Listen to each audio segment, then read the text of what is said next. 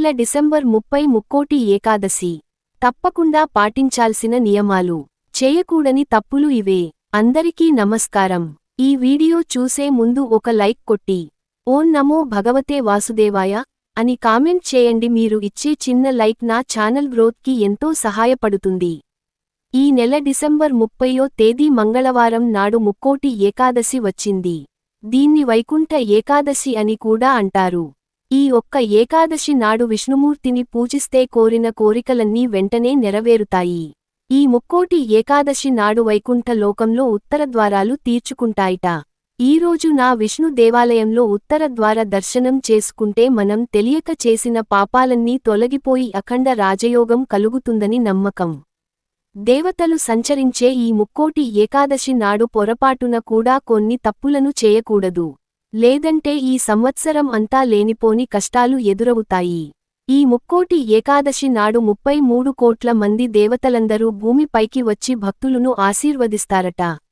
వైకుంఠ ఏకాదశి నియమాలు అలాగే పొరపాటున కూడా చేయకూడని తప్పులు గురించి పూర్తిగా తెలుసుకుందాం.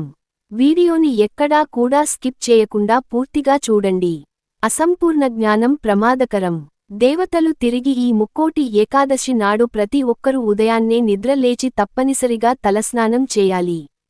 నీటిలో కొంచెం పసుపు వేసుకుని తలస్నానం చేస్తే జాతక దోషాలన్నీ తొలగిపోయి అదృష్టం కలిసి వస్తుంది. అయితే ఈ ముక్కోటి ఏకాదశి నాడు పొరపాటున కూడా ఆలస్యంగా నిద్రలేవకండి. లేదంటే మీ కుటుంబంలో కష్టాలు ప్రారంభమవుతాయి.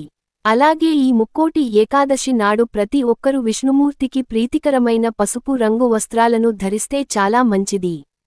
తులసి దళాలతో విష్ణుమూర్తిని పూజిస్తే అనంత కోటి పుణ్యఫలితం లభిస్తుంది. ఈ వైకుంఠ ఏకాదశి నాడు ఎవరైతే తులసి దళాలతో వెంకటేశ్వర స్వామిని పూజిస్తారో అలాంటి వారికి విపరీతమైన ధనప్రాప్తి కలిసి వస్తుంది.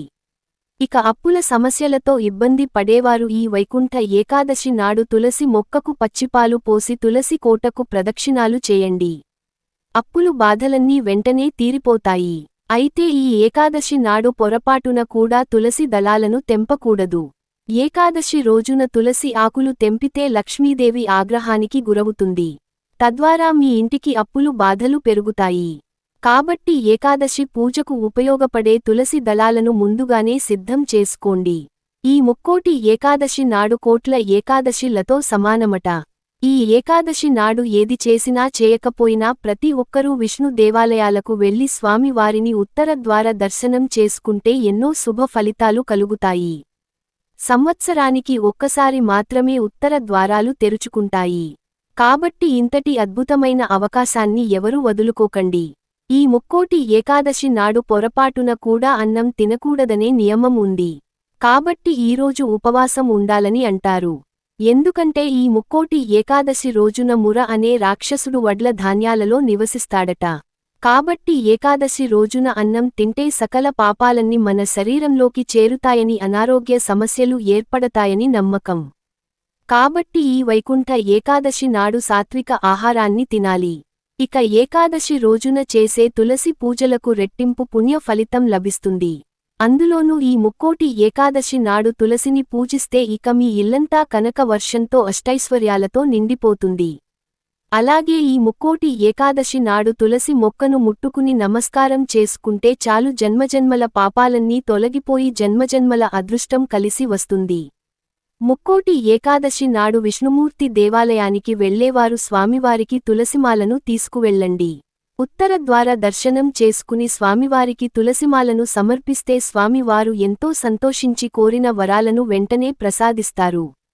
ఇక వెంకటేశ్వర స్వామికి అత్యంత ప్రీతికరమైన వాటిలో పచ్చ కర్పూరం ఒకటి. కాబట్టి ఈ ముక్కోటి ఏకాదశి నాడు ఇంట్లో వెంకటేశ్వర స్వామిని పూజించి స్వామివారికి కర్పూర హారతి సమర్పించి నమస్కారం చేసుకుంటే మీ కుటుంబంపై స్వామివారి చల్లని చూపు పడుతుంది. అదేవిధంగా ఈ ముక్కోటి ఏకాదశి నాడు ప్రతి ఒక్కరూ ఇంట్లో పాలు పొంగించాలి. ఇంట్లో పాలు పొంగితే లక్ష్మీ రాకకు శుభసూచకం. కాబట్టి ఈ వైకుంఠ ఏకాదశి నాడు ఇంట్లో పాలు పొంగిస్తే అలాంటి ఇళ్లలోకి వెంటనే లక్ష్మీదేవి అడుగుపెడుతుంది. అలాగే ఈ ముక్కోటి ఏకాదశి నాడు ప్రతి ఒక్కరూ ఉపవాసం ఉండాలి. ఈ రోజున చేసే ఉపవాసాలకు కోటి జన్మల పుణ్య ఫలితం లభిస్తుంది. ఇంటి గడప నువ్వు మహాలక్ష్మి స్వరూపంగా భావిస్తారు. కాబట్టి ఈ వైకుంఠ ఏకాదశి నాడు ఇంటికి గడపలకు పసుపు రాసి కుంకుమ బొట్లు పెట్టి ఇంటి ముందు బియ్యం పిండితో ముగ్గు వేయాలి. ఈరోజు నా ఇంటి గడపలకు పసుపు రాయకపోతే మీ ఇంట్లోకి లక్ష్మీదేవి ఎప్పటికీ అడుగుపెట్టదు. అలాగే ఇంటి ముందు ముగ్గు లేకపోతే అలాంటి ఇళ్లలో డబ్బు సమస్యలు పెరిగిపోతాయి. మనలో చాలామంది చాక్పీసులతో ఇంటి ముందు ముగ్గులు వేస్తారు.